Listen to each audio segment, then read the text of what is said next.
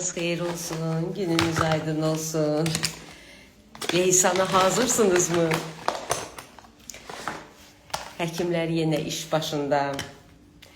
Nə qədər leysan da olsa, hava soyuq da olsa, həkimlər yenə iş başında. Bizlərə güzəşti yox. Necəsiz, neyinirsiniz, nə var, nə yox. Keyfiniz, əhvalınız. Salam, salam, salam. Kosmetikasız məni görün. Yorğun vəziyyətdə. Səsim də tutulub. Səsim də işləmiyor. Necəsiz, neyinirsiniz? Kim var efirdə? Qoy görüm. Salam, salam, salam. Hamıya salam deyirəm. Həkimlər yenə iş başında. Güclü leysan gözlənilir. Hava çox pis dönəcək. Pis soyuq olacaq.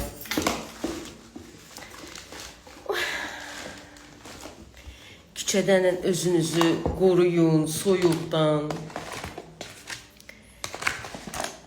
Allah salamat eləsin. Fövqəladə hallardan qorxansınızmı, yoxsa necə? Mən qorxanam. Qorxanam əslində. Salam, salam, hamını salamlayıram.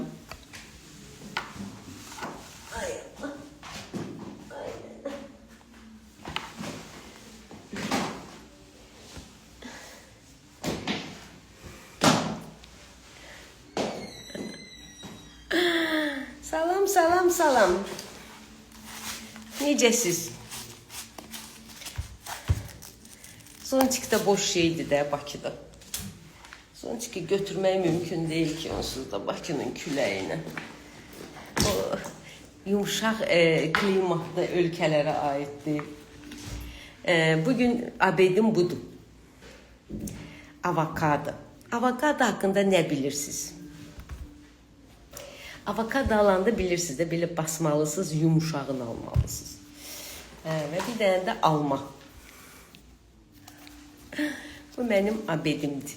Siz abeddə nə yeyirsiniz? Yaşqa, salam, Yaşqa, necəsən, hardasan? Evdəsən, yoxsa artıq işdəsən mənim kimi?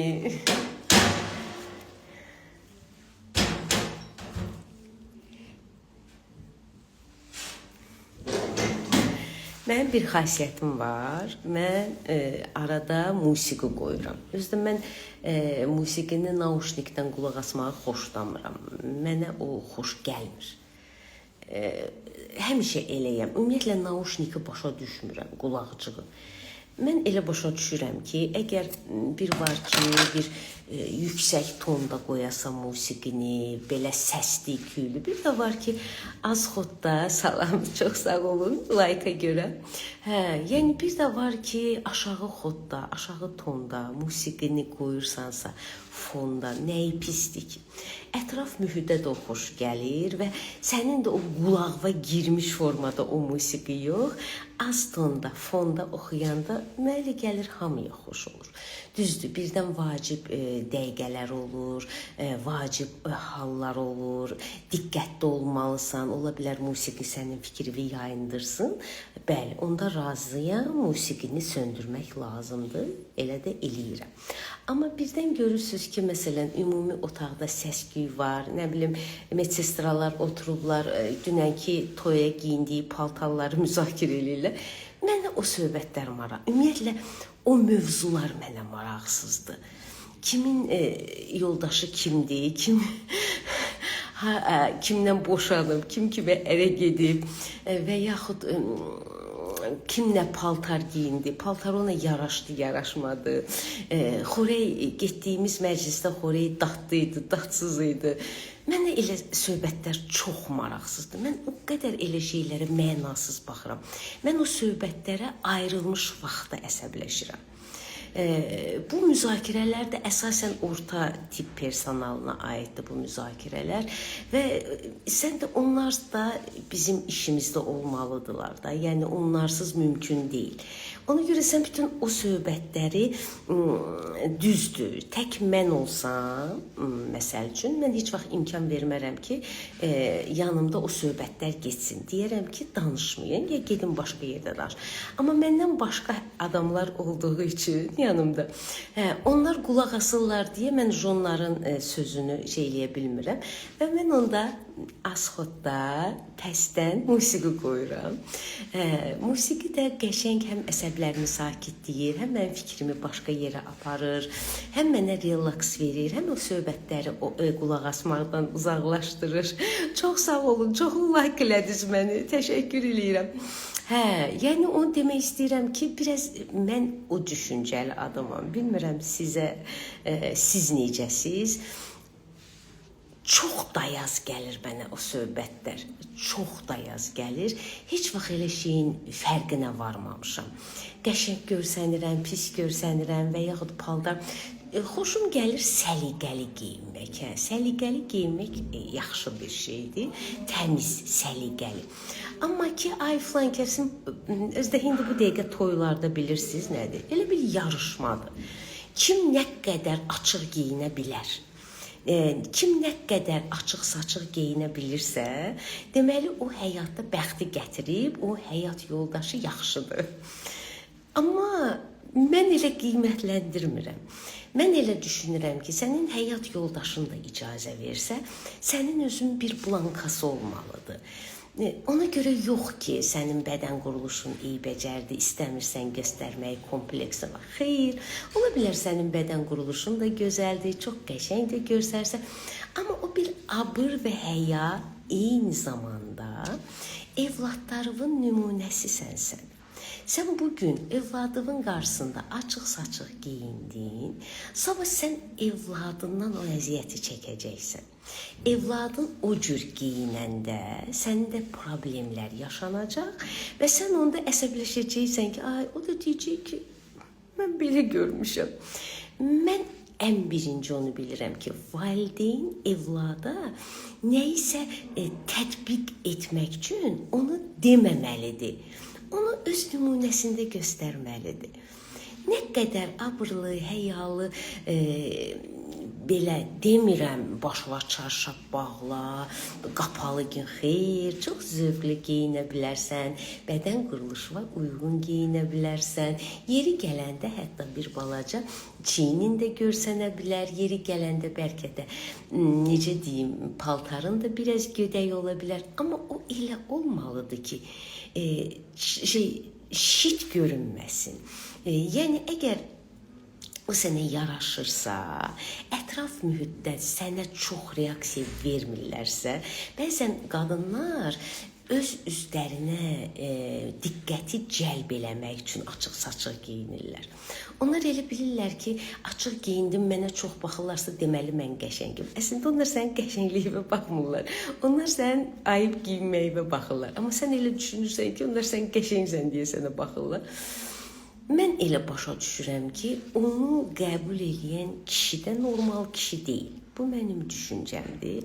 Çünki normal kişi əslində yoldaşından tələb etməlidir ki, biraz necə deyim, getdiyi yerə uyğun geyinsin. Məsələn, bir cəmiyyətə çıxırsa, bir xeyir işinə gedirsə, orada belə pis çıxmasın, sənin əmin var, dayın var, ağsaqqalların var, ağ birçəklərin var. O, sənin yoldaşında gördüklərini görməməlidir. O düzgün deyil. O abır həya onda itir. Ona görə də birdən görürsünüz bu rayon yerlərində və yaxud başqa bir yerlərdə olur. Məsələn, qız uşaqlarına təcavüzlər öz qohumları tərəfindən, nə bilim, dayısı tərəfindən, əmisi tərəfindən təcavüzlər olur. Bu təcavüzlərin hamısının qığılcımı əslində o qadından gəlir. Yəni o qadın açıq-saçıq geyinməsə, öz böyüklərindən abrını, həyasını qorusa, o da eləməz. Yəni mən onu elə qiymətləndirirəm. Bilmirəm, mənim fikrimdən razısınız yoxsa yox. Zövqlü geyinmək çox gözəl bir şeydir, amma son zamanlar toyxanalarda, məclislərdə hamı yoldaşlarını, qadınlarını soyundurub gətirir. Niyə görə? Niyə sizə elə gəlir ki, sizin yoldaşınızın bədəninin siz gördüyü yerləri hamı görməlidir? O düzgün deyil. Başa düşürəm, ola bilər sən görürsən, sənə xoş gəlir, amma onu cəmaata göstərmək mütləq deyil. Və sən onu göstərdikcə bir növ elə bil sən öz ailəni cəmiyyətə çıxardırsan. Yəni hamıya göstərirsən. Ondan sonra təcavüz də ola bilər, nə bilim qoşulub qaçmaq da ola bilər. Mən elə başa düşürəm ki, hamısının kökü gəlir ondan. Bilmirəm mənim fikrimdən, bilmirəm, mən biraz köhnə düşüncəli insanam və mən elə fikirləşirəm ki, çox açıq-saçıq olub toyxanalar, məclislər. Mən axır zamanlar ümumiyyətlə toylara getməkdən imtina eləmişəm. Mənə xoş gəlmir. O açıqlıq, saçıqlıq, şitlik. Mən istəmirəm bizim millətin qızları, xanımları şit olsun. İstəmirəm. Mən istəyirəm daha, necə deyim, abrlı olsun, daha zasikriçinli olsun, daha belə, necə deyim, əl çatmaz olsun. Mən elə istəyirəm. Çünki bizim ta qədimdən, ta əvvəlindən bizim kökümüz, genimiz elə gəlib. Bizim millətimizin xanımları həmişə abırlı, həyalı olub. Və mən sizə bir söz deyim, mən məktəbdə oxuyurdum. O vaxtda bizdə belə veçirinkalar olurdu. 8 mart, nə bilim, Novruz bayramı belə keçirirdik, şənliklər keçirirdik. Mən də artıq yuxarı sinif şagirdi idim. Artıq bir balaca, necə deyim, həyatı da dərk edən bir insan idim. Və bir veçirinka gözləyirdik. Bilmirəm nə idi, 8 Mart'a görə idi, nə idisə bir veçirinka keçirəcəkdik. Mən də indi bütün hamı qızlar deyir ki, gedim evdə icazə alım, gedim evdə icazə. Mən də bunlara qulaq asdım. Dedim, mən də gəlim evdə icazə alım. Gəldim atamın yanı, indiyəcəm yadımda da, Allah rəhmət eləsin ölənlərimizə. Gəldim, dedim, papa, dedi, hə, dedim, papa, sabah falan məclis olacaq, belə yığıncaq olacaq bizim sinif uşaqlarımız hamısı. Bəs biz orada istəyirik şənlik keçirək, olar, mən gedim. Atam belə baxdı, belə suala təəccüb gəldi ona. Dalınca qayıtdı ki, Nərgiz, o qərarı mən verməməliyəm. O qərarı sən özün verməlisən. Sən özün bax, fikirləş, gör ora kimlər gedir, kimlər olacaq, harda olacaq. Əgər sən o məclisə getməyi özünə yaraşdırırsansa, get. Yox, yaraşdırmırsansa getmə. Burada mənim fikrim tamam mənasızdır. O qərarı sən özün verməlisən. Bu sözü mənə atam deyəndə mənim deyim sizə ya 13, ya 12, ya 14, bax belə 13 yaşım olardı, bax belə. Və ondan bu yana mən bir də heç vaxt, heç kəsdən heç nə icazə almadım. Və mən hər bir şeyi, hər bir məclisi, hər bir nəyi ancaq öz düşüncəmlə qərara vermişəm. Lazımdır getmək, lazım deyil getmək, ora mənim səviyyəmə uyğundumu getmək. Bu qərar mən artıq özüm vermişəm və mən elə başa düşürəm ki, düzgün deyilmiş söz yerində deyilmiş söz. 100 dənə tənbihdən də gözəldir. 100 dənə, nə bilim, danlamaqdan da gözəldir. Necə deyim, fikir söyləməkdən də gözəldir. Razısınızmı mənim fikrimlə? Mən elə başa düşürəm ki, nə qədər cavanlara qadağal qoyulacaq, bir o qədər bu şeylər artacaq. Əgər istəyirsiniz qızlarınız, gəlinləriniz, gələcək xanımlarınız öz oturuşunu, duruşunu bilsin, bir o qədər onlara azadlıq verməlisiniz. Və siz onların düşüncəsinə buraxmalısınız hər şeyi. Qadağalarla heç nə eləmək olmur. Yadınızda qalsın. Ancaq gərək insanların, xanımların öz fikrinə verəsiniz. Əgər onun içində o səviyyəsizlik varsa, o mütləq üzə çıxacaq.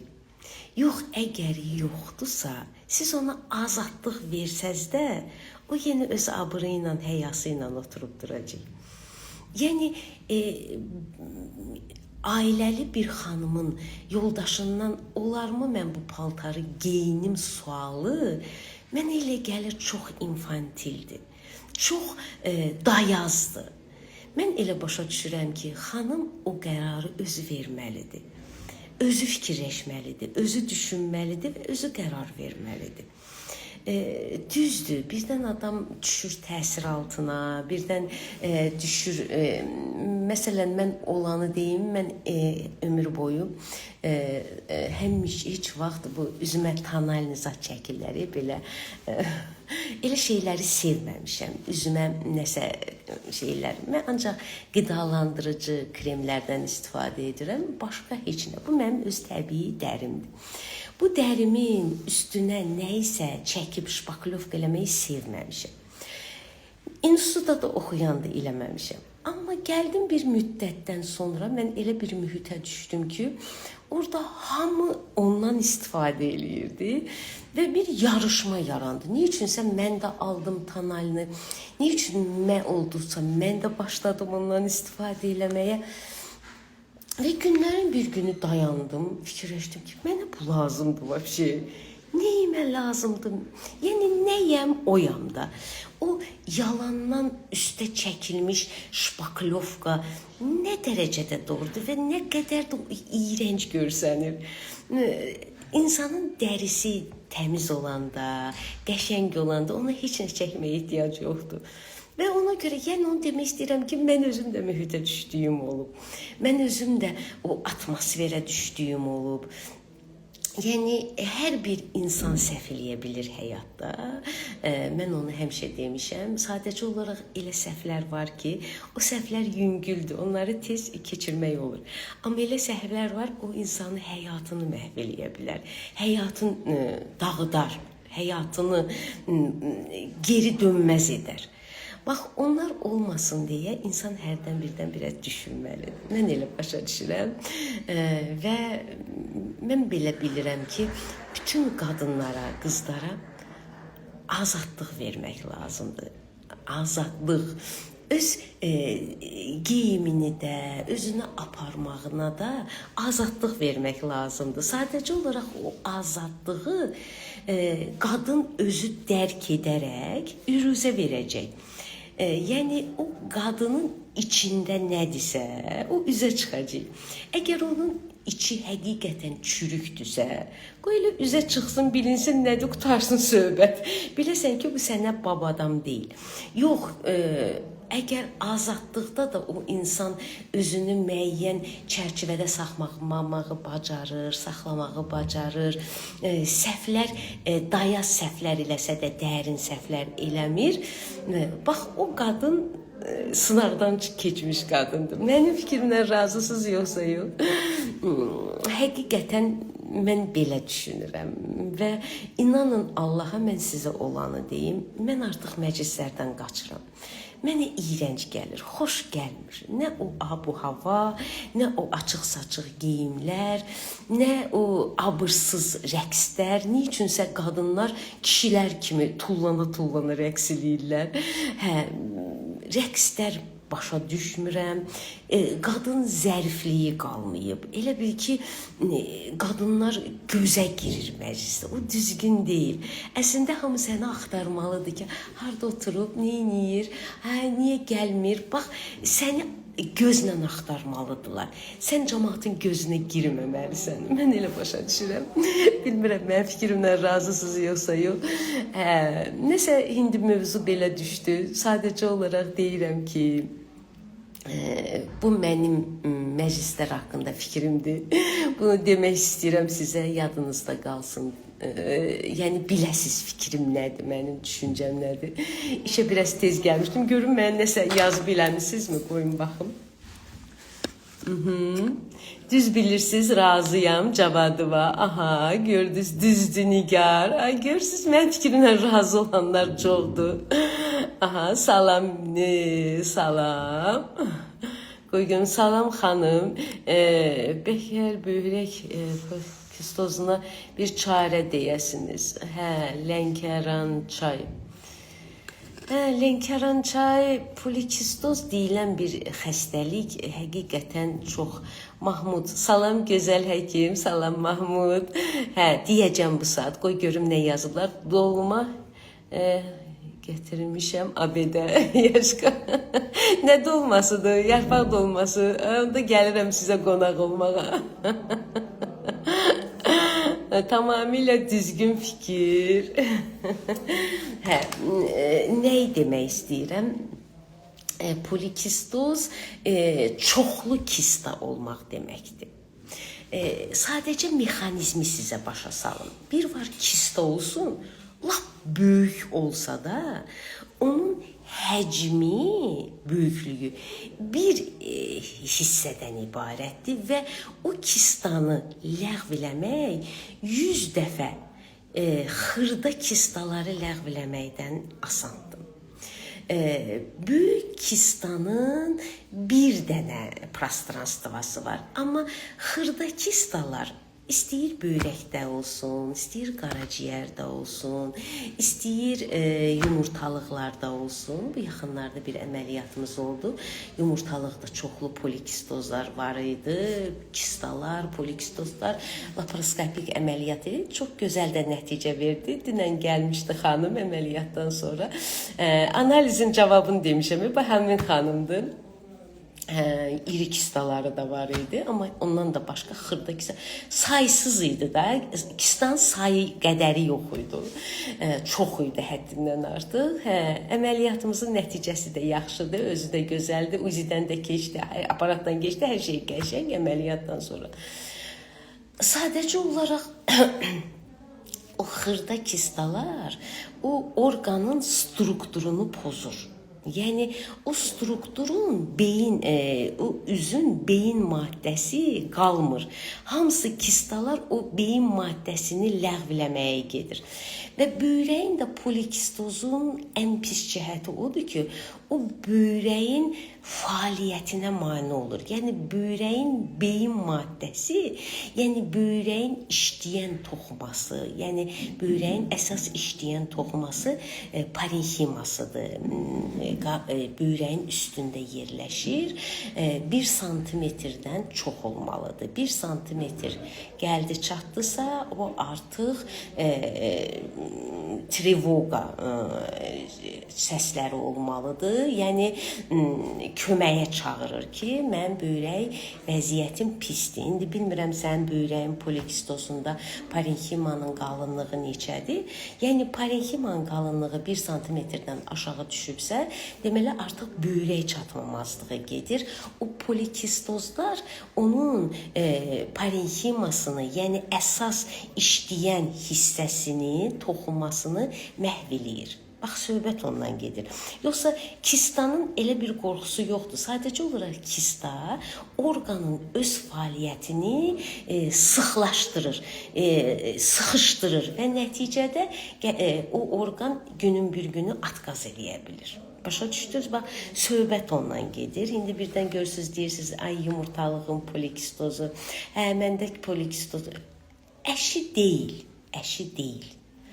Yəni polikistozu, yumurtalığın polikistozu, böyrəyin polikistozu o orqanı məhvə aparır. və o hətta ona heç bir əməliyyatda artıq kömək eləmir, heç bir köməkdə onu bir yerə çıxarda bilmir, heç bir əməliyyatda ona yardım edə bilmir. Bax, belə bir problemlər yaradır. Ona görə polikistozunuz varsa, onu əməliyyatın vəbşə mənası yoxdur, əməliyyat onu eləmirlər. Sadəcə olaraq onun fəaliyyətini yoxlayırlar. Fəaliyyətini yəqin ki, bilirsiniz necə yoxlayırlar. Sidik qan analizləri verilir, orada kreatinin yoxlanılır, qalı qazoca, bunlar hamısı yoxlanılır. Yoxlanılır və lap əgər orada hamısı normadır, elə bir problem yoxdur, amma все равно sən daim həkimin nəzarətində olmalısan. Həkim də olanı deyim. Böyrəyin polikistozunun həkimi uroloq deyil, nefroloqdur. Uroloq başqa həkimdir, nefroloq başqa həkimdir. Uroloq sidik axarlarının və sidik kisəsinin həkimi. Bax, elə demək, el arasında elə demək lazımdır. Amma nefroloqsa sırf böyrəyin müalicəsi ilə məşğuldur. Prostat uroloqlara aiddir, amma aşağı hissə. Amma böyrəyin özü, böyrəyin çatmamazlıqları, xəstəlikləri onlar nefroloqlara aiddir. Nefroloqların nəzarəti altında olmalıdır. Nefrologiya ümumiyyətlə çox maraqlı sahədir. Yeri gəlmişkən burada mənə bir yerdə otururlar həkimlər və onlardan mən çox şeylər görürəm və mənə də maraqlı gəlir həqiqətən. Yadınızda qalsın, insan ömür boyu öyrənməlidir. Bu mənim şəxsən fikrimdir. Mən məsələn nefrologiya mənim üçün qaranlıq bir sahə idi. Yəni böyrəyin çatmamazlıqları, dializ xəstələri. Məsələn, indi mən görürəm ki, həqiqətən ümumi bir sxem var. Onların müalicəsi, nəzarəti çox maraqlı sahədir əslində. Yəni onu demək istəyirəm ki, heç vaxt öyrənməkdən utanmaq, çəkinmək lazım deyil. Elə bəzən yeri gəlmişkən 5 yaşında uşaqdan da mən nəsə öyrənə bilərəm. Bəli, sizə gülməli gəlməsin, həqiqətən elədir. Sən özündən kiçikdən də, özündən uşaqdan da, avamdan da, o hətta bir məsəl var, deyir, dəlidən doğru xəbər.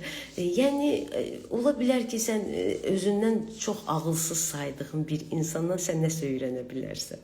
Yəni, heç vaxt öyrənmək, filan kəs deyir, boş şeydir. Elə deyil. Hər bir şeyi, eşitdiyiniz sözü bir analiz etmək qabiliyyətiniz olmalıdır. Onda sizdən nəsə olacaq, yoxsa olmayacaq. Belə, bu qədər səhər-səhər sizlə görüşdüm. Hamınızı öpürəm. Bu bir də baxım görüm nəsə yazıb eləyən olub.